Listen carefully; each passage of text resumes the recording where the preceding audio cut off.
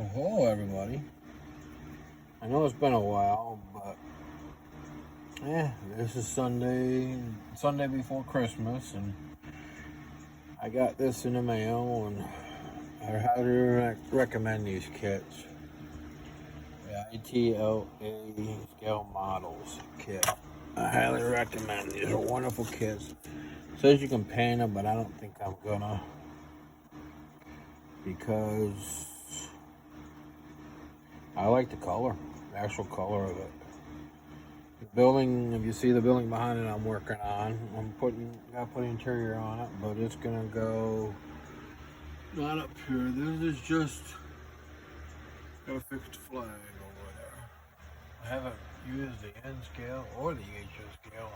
Shoot, who knows how long, months. So I gotta clean the track. It's actually gonna go over here. I did do some work on this.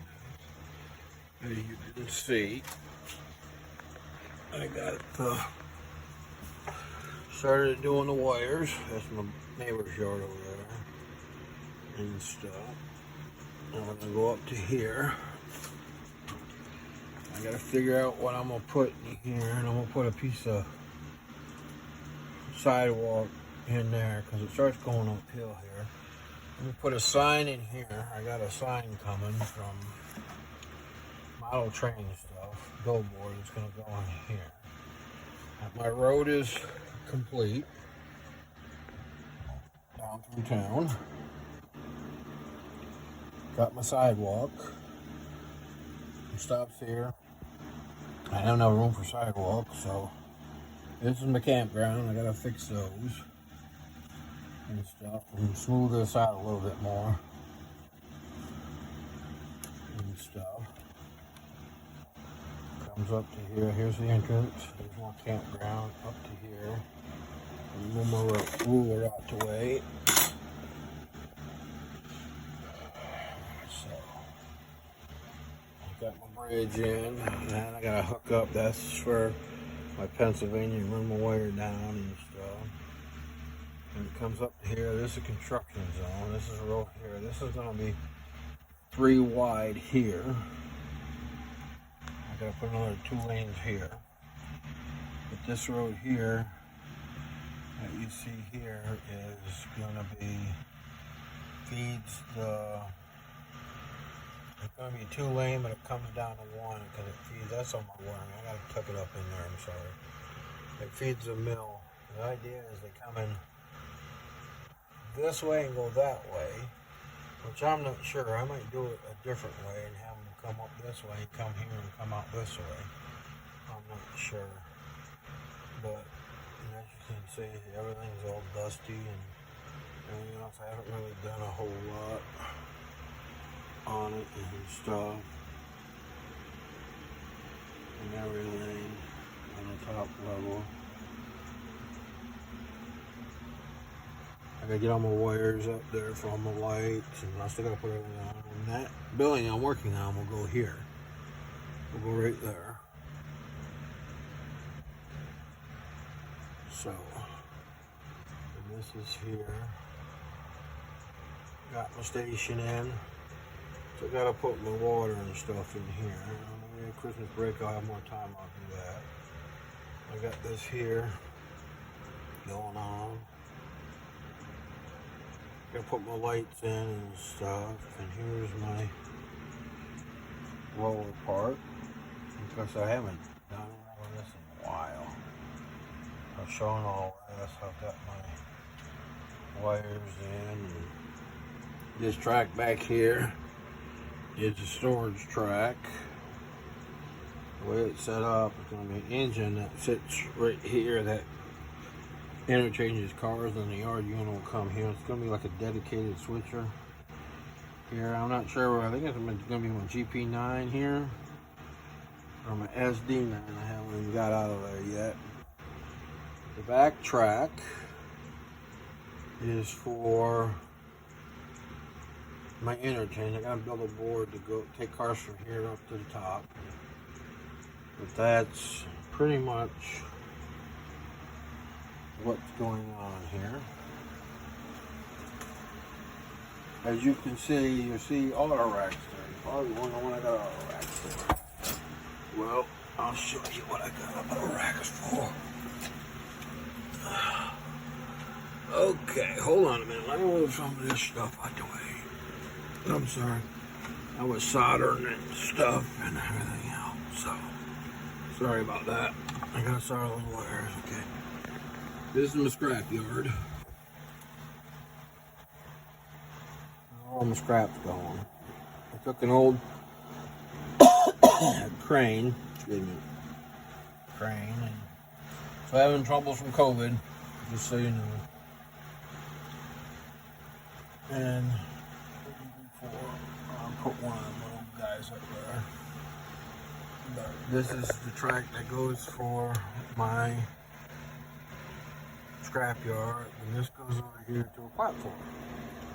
The idea is I'm gonna have a crossover right there, somewhere's in there, and with a ramp going up to it. This right, this right here. We'll go in the back. Oh, what the idea is it'll be for camper loading. We used to have in Lapeer, let me turn that thing on. Where I grew up back in the 70s. If anybody remembers the old Apache campers, pop-up campers, well, they built them in my hometown in Michigan up until a few years ago, quite a few years ago. Well, they used to transport them by rail. They bring them down to the railhead and load them up on auto racks. The auto racks had a spot in them where they had a ball, like a hitch, down in the floor that you would put that would swing up. You could lock it up, just like your semi-trailers used to do. The old hooks that laid down in, and they'd swing them up to put the trailers on. That's what the campers did. So that's what this. I just gotta get with Vinny, because I asked him about building something for me, and I need to get a picture of the hoist that I need. It's got to be a hoist, not a car hoist, but this is just a regular lift that you would put a camper on to lift it up on top of the auto racks.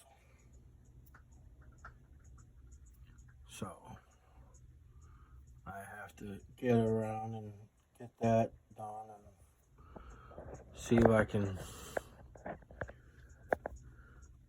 do that. Plus I got a kit here I gotta have them made, so I gotta get a hold of Vinny if he's still interested in doing this for me. Ain't no hurry for it. And also I got another question for everybody. I see everybody doing their switch lists and doing the car cards and everything else. But my question is how do the short lines get their paperwork from the big railroads? Okay. I remember when I was growing up, my grandfather he'd call up the switch tower where the crossing was at, where the Penn Central and the Grand Trunk used to cross each other there in Lapeer.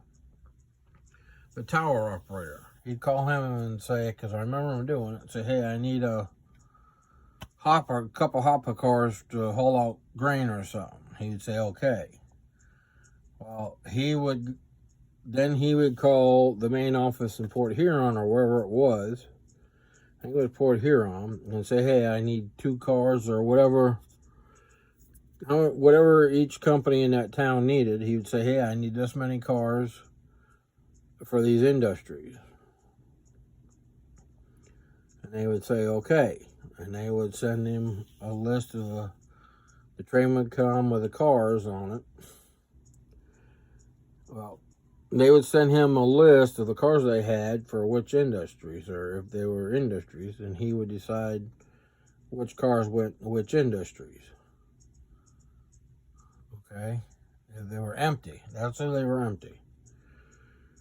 Then, if they were full, he'd also get that too, You know, and he would print it out and go down the stairs and walk across the walkway that was there to a mailbox that was sitting on the side of the station. Well, the train crew, when they arrived, the conductor would walk over to the mailbox and get the paperwork out of the mailbox and stuff, and then him and the engineer, whoever, they would go over and figure out what they needed to do and proceed to doing it. If they needed to set out cars just for the pier so they could go to Davidson and work that's what they did. They put them in a little yard there and take the cars they needed to go to Davidson and go to Davidson. Switch out there, come back to Lapeer and do their job there. But they always had these. I got these from the Conrail Historical Society.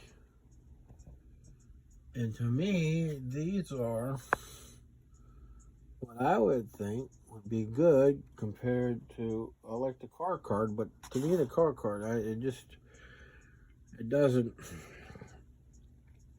it's weird to me. I'm sorry. I understand you can put the cards in there to show what cars are there, but your switch list here, you should write down and say, hey, this car goes here, that car goes here, or this car, you decide which car goes where.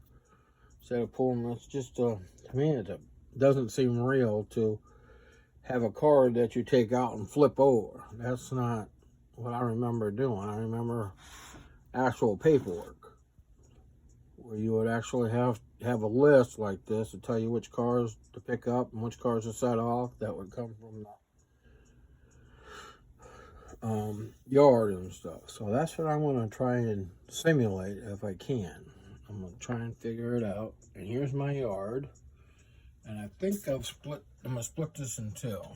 These, starting from here, going that way, is going to be Port Huron yard. And this track here, there's 3 tracks here, is going to be Flint. Or 4. No, there's 3. Yeah, there's 3 tracks there. 3 or 4. No, there's 4. I can't tell. It's going to be Flint. So that's what I'm going to do. So what do you all think? Do you think that would work or not? Or do you have any other ideas? Because that's what I remember. Then when the train crew was done with that, they would take the paperwork, either they'd take it with them or they'd put it back in the box when completed. And the station master, or the tower operator, would come down, and get the paperwork. And take it back upstairs and do what they needed to put in his computer or a little thing or whatever he needed to do. So, alrighty, just a little thoughts and stuff, and I'm working on it slowly but surely. I got things going on. I haven't really done the last time the HO scale up top was moved is when my grand youngins was here. I haven't been here in a little bit, so, but I'm working on stuff slowly but surely. I've tried the bottom part is just DC, and the top part is DCC, because I don't have the money to buy all those boosters and everything else that everybody else has. I can't afford that stuff. So I just decided, since there was 2 different, actually 2 different layouts, I just made 2 different layouts. One DC and one for DCC. All my engines and stuff down here are DC. All the ones up there are DCC. I got a couple Rock Island over here that I don't know. I got these 2 here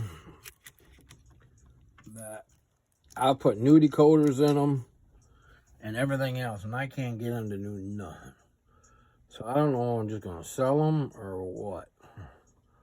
I just put them in. This one here is just DCC.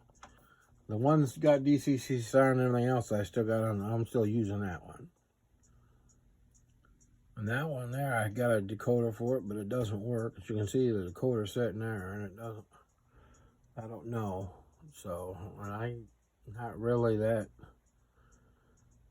technically savvy on these things. So, I can't really afford to send them out to have them fixed. I can get, new boards for them, but it seems like I'm just getting new boards and that's it. I don't know what else to do with them. So, I even have a caboose that goes with those. But my other rock column that's got the sound thing works great. These two here just, that first one there, if it does move, it doesn't move till it gets all the way up to speed step like 75 or something like that. And it moves real slowly. And it doesn't stay running. Neither does the rock. The GP7, I think it's a GP7, just sits there. It doesn't even really move. So I don't know.